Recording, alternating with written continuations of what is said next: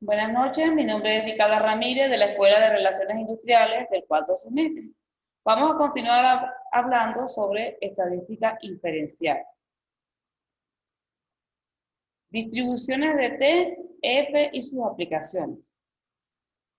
La distribución de F de Fisher se emplea para probar si dos muestras provienen de poblaciones que poseen varianzas iguales, lo cual es útil para determinar si una población normal tiene una mayor variación que la otra.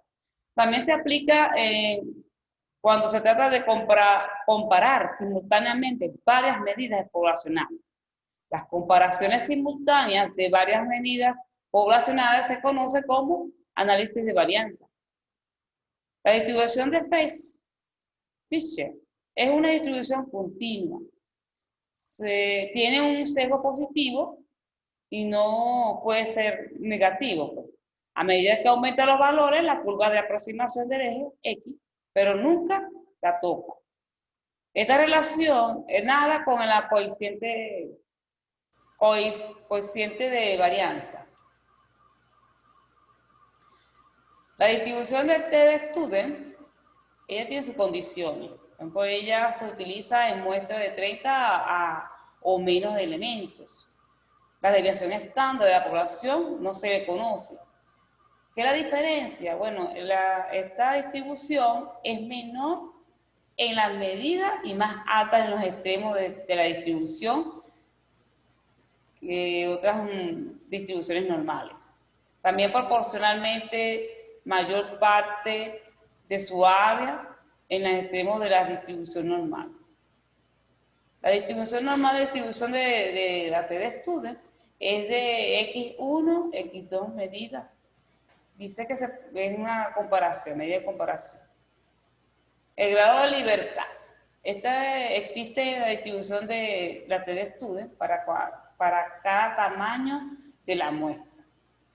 Por lo que existe una distribución para cada uno de los grados de libertad.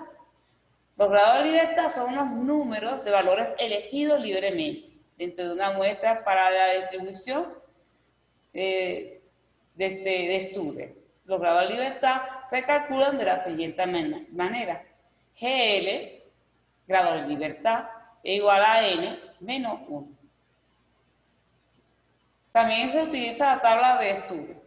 No me dio la oportunidad de grabarla, pero esa tabla de distribución de estudio es más compacta que la Z que muestra las áreas y los valores de la T para unos cuantos porcentajes exclusivamente. No son del 10%, 5%, el 2% y el 1%.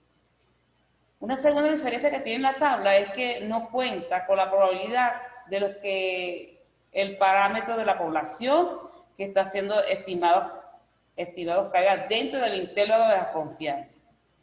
Por el contrario, mide la probabilidad de que ese parámetro no caiga dentro del intervalo de confianza. Una tercera diferencia en el empleo de la tabla consiste en que hemos de especificar los grados de libertad con que estamos trabajando. Vemos la muestra, la gráfica, donde cada porción está a cada lado, cada extremo. Ejemplo sobre la aplicación de la estadística inferencial. Esta se hace por sondeos de votaciones, se utiliza también para análisis de mercado, epidemiología médica. Muy importante que se utilizan estas herramientas en calcular pues, la proporción tanto de la población de la que estamos. Descripción de los conceptos. Muestreo aleatorio. Muestreo aleatorio es aquel procedimiento de selección de la muestra en la que todos y cada uno de los elementos de la población tiene una cierta probabilidad de resultar elegido. De esta forma se tiene una población en cual ella se denomina N mayúscula, elementos, y estamos interesados en obtener una muestra de N minúscula de elementos. muestra tamaño N, que es la minúscula. Cada subconjunto de N, elementos de la población, tendrá también una cierta probabilidad de resultar la muestra elegida. Eso se utiliza muchas técnicas en ese muestreo, ¿no? Como la técnica de población de tamaño para la investigación. Ella se divide en varias. La primera es muestreo aleatorio simple.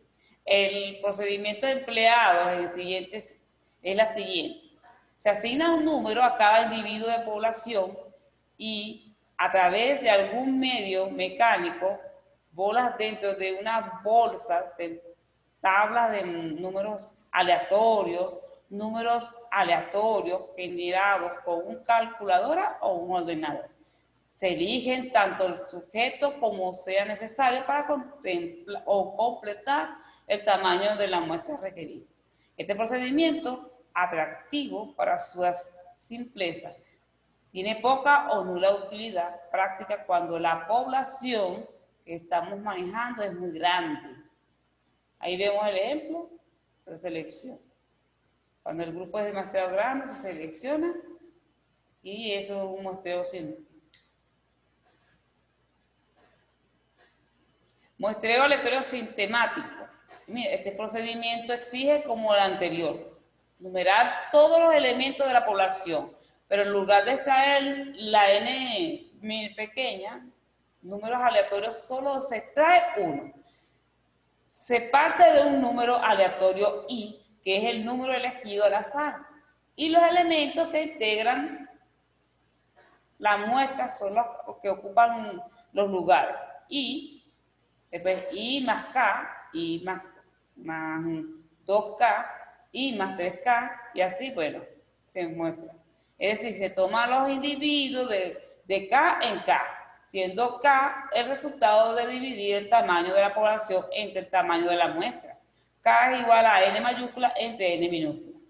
El número i que se empleó o empleamos en este punto de partida será un número de al azar entre 1 y k. Y el riesgo de este tipo de muestreo está en los casos en que se da la velocidad. Y vemos el ejemplo, pues, el grupo que vemos ahí en la imagen, y se selecciona al azar a las personas. Vamos a hablar de muestreo aleatorio estratificado. Este trata de obviar las dificultades que presentan los anteriores, ya que simplemente los procesos suelen reducir el error muestral para que un tamaño dado de la muestra consiste en considerar categorías típicas diferentes entre sí,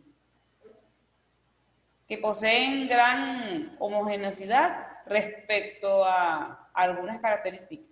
Se puede estratificar, por ejemplo, según una profesión, el municipio de residencia, el sexo, el estado civil. Lo que se presente o lo que quiere saber con este tipo de muestreo es asegurarse de que todos los estratos de interés estén representados adecuadamente a la muestra. Y ahí lo vemos, pues. Están agrupados, pequeños, por sexo, por edad. Eso es lo que trata esta investigación. El muestreo aleatorio de conglomerados. Los métodos presentados hasta ahora están pensados para seleccionar directamente los elementos de la población. Esto quiere decir que las unidades muestrales son los elementos de la población. Este muestreo muestra la unidad que es un grupo de elementos de población que forman una unidad, a las que llamamos conglomerados. Esta unidad la podemos ver, por ejemplo, en las unidades hospitalarias, los departamentos, los universitarios, una caja de determinada de productos, ¿verdad? Eso está aglomerado, son algo natural. Y ahí lo vemos en el ejemplo, donde se selecciona de un poco de grupo y ahí es seleccionado.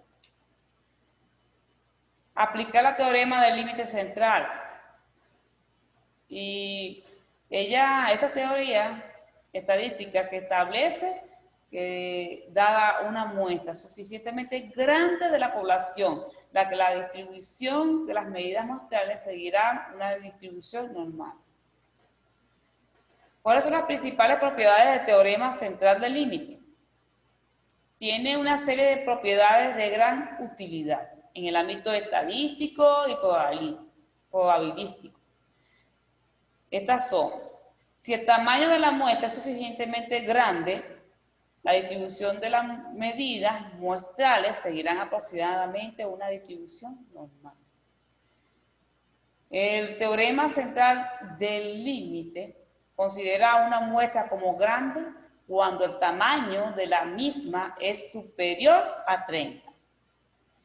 Por lo tanto, si la muestra es superior a 30, la medida muestral tendrá una función de distribución próxima a una normal. Y esto se cumple independientemente de la forma de distribución con la que estamos trabajando. La medida proporcional y la medida muestral será igual, es decir, que la medida de distribución de todas las medidas muestrales serán iguales a las medidas total de la población. La varianza de la distribución de la medida muestral será desviación estándar elevado a 2 entre n minúscula, que es la varianza de la población dividido entre el tamaño de la muestra. Podemos ver un ejemplo de la teorema central del límite que vemos ahí en la imagen. Imaginemos que queremos analizar la rentabilidad de medidas históricas del índice de una empresa de 500. Que, como sabemos, tiene 500 compañías dentro de la misma. Pero no tenemos suficiente información para analizar la totalidad de las 500 compañías del índice. En este caso, la rentabilidad mínima de la media de esa empresa de 500 sería la media proporcional. Ahora bien, siguiendo la teoría central del límite, podemos coger una muestra de 500 empresas para realizar el análisis. La única limitación que tenemos es que la muestra tiene que haber más de 30 compañías para que se cumpla el teorema. Entonces, imaginémonos que agarramos 50 compañías del índice de manera aleatoria y repetimos el proceso varias veces. Los pasos a seguir del ejemplo serían los siguientes. Elegimos la muestra de las 50 compañías y obtenemos la rentabilidad media de la totalidad de la muestra. De manera continua, seguiremos escogiendo 50 compañías, obtenemos la rentabilidad media. La distribución de toda la rentabilidad media de todas las muestras escogidas aproximadamente a una distribución normal. La rentabilidad media de todas las muestras seleccionadas se aproxima a la rentabilidad media del total del índice, tal como la demuestra la teorema central del límite. Por lo tanto, mediante la inferencia de la rentabilidad media de la muestra, podemos acercarnos a la rentabilidad media del índice, el índice de los 500. Gracias.